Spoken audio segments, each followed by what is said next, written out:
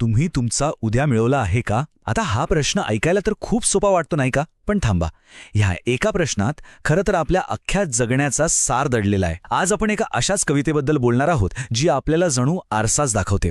ती आपल्याला थांबून विचार करायला लावते, की आपण जो प्रत्येक दिवस जगतोय, तो खरंच खऱ्या अर्थाने जगतोय का? जरा विचार करा की आजचा दिवस हीच आपली शेवटची संधी असेल तर काय होईल? बघा, प्रत्येक सकाळ आपल्यासाठी एक नवी संधी घेऊन येते, हे खरंय. पण ना, ती आपल्याला मिळवावी लागते. ती काही अशीच फुकटात मिळत नाही. आणि म्हणूनच प्रश्न हा आहे की आपण प्रत्येक दिवस खऱ्या अर्थानं कमावतो का? आणि हे प्रश्न कोणी विचारलेत माहितीये? एका अशा व्यक्तीने जे फक्त कवी नव्हते तर लोकांचे मित्र होते. त्यांचं नाव आहे एडगर गेस्ट. त्यांना जनतेचे कवी म्हणूनही ओळखलं जातं. का? कारण त्यांच्या शब्दांमध्ये मोठमोठ्या जड ज्ञानाचं ओझं नाहीये किंवा अवघड शब्दांची गर्दी नाही. त्यांच्या कविता म्हणजे एकदम साध्या सरळ ओळी, ज्या थेट आपल्या हृदयाला जाऊन भिडतात. तर ही कविता म्हणजे फक्त शब्दांचा खेळ नाहीये, ही आहे प्रश्नांची एक मालिका. आणि गंमत म्हणजे या प्रत्येक प्रश्नाचं उत्तर कुठे बाहेर नाही, ते आपल्या आतच दडलेलं आहे. चला तर मग या प्रश्नांना सामोरं जाऊया आणि ऐकूया की आपलं मन, आपलं हृदय आपल्याला काय सांगतंय. आणि कवितेतला पहिला आणि सगळ्यात महत्त्वाचा प्रश्न येतो, तो म्हणजे आज आपल्यामुळे, आपल्या असण्यामुळे कोणाच्या चेहऱ्यावर हसू आलं का? कोणी आहे का असं जे आठवण काढेल की अरे वा, आज ती व्यक्ती मला भेटली, बोलली? आणि खरं सांगायचं तर इथेच या कवितेचं सगळं सार आहे. आयुष्यातला खरा आनंद फक्त आपल्याच रस्त्याने चालत जाण्यात नाहीये, तर चालता चालता इतरांच्या हृदयाला स्पर्श करण्यात आहे. ही कविता आपल्याला हेच तर आठवून देते की आपलं असणं, आपलं अस्तित्व हे इतरांच्या आयुष्यात काहीतरी चांगलं, काहीतरी सकारात्मक घडवण्यासाठी आहे. पण आता तुम्ही म्हणाल की हृदयाला स्पर्श करणं म्हणजे नेमकं काय? काहीतरी खूप मोठं करायचं का? नाही, अजिबात नाही.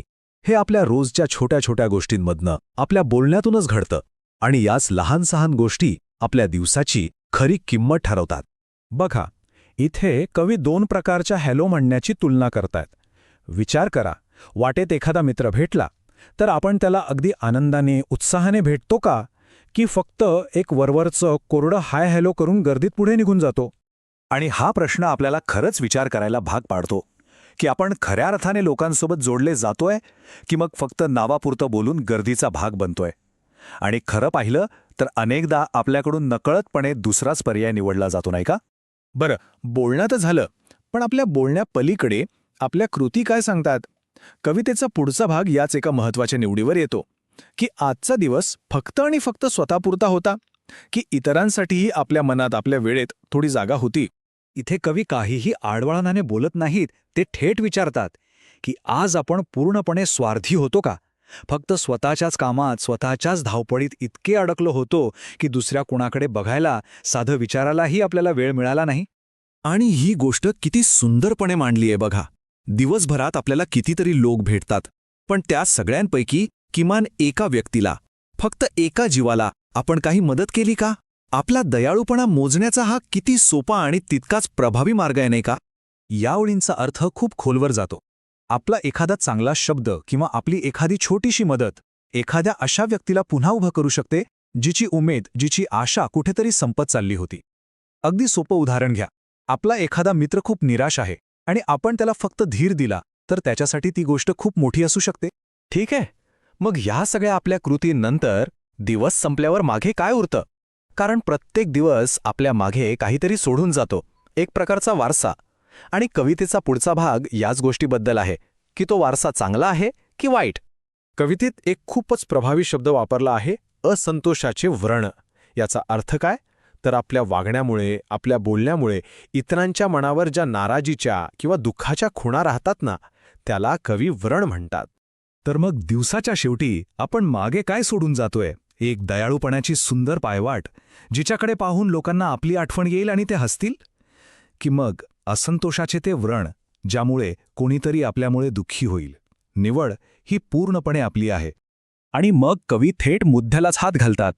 ते विचारतात की आजचा दिवस वाया गेला की तो चांगल्या प्रकारे खर्च झाला, सत्कारणी लागला? आपण जेव्हा मागे वळून पाहू तेव्हा आपल्याला काय दिसेल? आणि मग दिवस संपतो, रात्र होते. झोपण्यापूर्वी आपण स्वतःला तो शेवटचा, सगळ्यात महत्त्वाचा प्रश्न विचारतो की आजच्या दिवसाचा आपला रिपोर्ट कार्ड काय आहे? फायनल रिझल्ट काय? आणि कवितेच्या शेवटी एक खूप सुंदर आशा देणारी ओळ येते. ती म्हणजे, जर तुम्ही दिवसभर चांगुलपणाने वागला असाल, दयाळूपणा दाखवला असेल, तर तुम्ही खऱ्या अर्थाने तुमचा पुढचा दिवस, तुमचा उद्या मिळवला आहे, कमावला आहे. जणू काही तुमच्या चांगल्या कर्मांचं ते फळ आहे. आणि अगदी शेवटी ही कविता आपल्याला एका अंतिम प्रश्नाजवळ आणून सोडते. हा प्रश्न कोणी दुसऱ्यानं नाही, तर आपण आपल्या स्वतःच्या मनाला विचारायचा आहे की आज रात्री जेव्हा आपण शांतपणे डोळे मिटू, तेव्हा आतून काय आवाज येईल? देव आपल्याला काय म्हणेल? की तुम्ही तुमचा उद्या मिळवला आहे का? यावर नक्कीच विचार करायला